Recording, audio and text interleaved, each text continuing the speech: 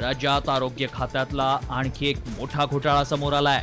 माजी आरोग्यमंत्री तानाजी सावंतांच्या काळात घोटाळा झाल्याचा आरोप करण्यात येतोय।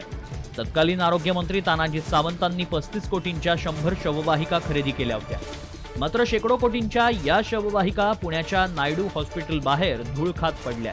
त्यामुळे या खरेदीत काही गैरव्यवहार तर नाही ना, असा सवाल उपस्थित केला जातोय। याबाबत ठाकरे गटाचे माजी मंत्री आदित्य ठाकरेंना विचारलं असता त्यांनी खोचक प्रतिक्रिया दिली। कॉमस्कोर नुसार आता isakal.com आहे देशातील नंबर 1 ची मराठी न्यूज वेबसाईट। प्रत्येक अपडेटसाठी isakal.com ला नक्की भेट द्या। ॲम्ब्युलन्सचा घोटाळा झाल्यासमोर आले, शेकडो ॲम्ब्युलन्स खरेदी केल्या, करोडो रुपयाच्या केल्या, एकही ॲम्ब्युलन्स दिली नाही, एकही ॲम्ब्युलन्सचा उपयोग झाला नाही, पैसे गेला पण नाही। ॲम्ब्युलन्स मला वाटतं खेकड्यांनी खाल्ले असतील। राज्यातल्या अनेक ग्रामीण रुग्णालयांमध्ये ना ॲम्ब्युलन्स आहेत ना शववाहिका। यामुळे रुग्णांचे आणि नातेवाईकांचे हाल होत असतात। मात्र पुण्यातल्या या 100 धुळखात पडलेल्या शववाहिका म्हणजे ग्रामीण भागातल्या वंचितांच्या जखमांवर मीठ चोळणाऱ्या आहेत।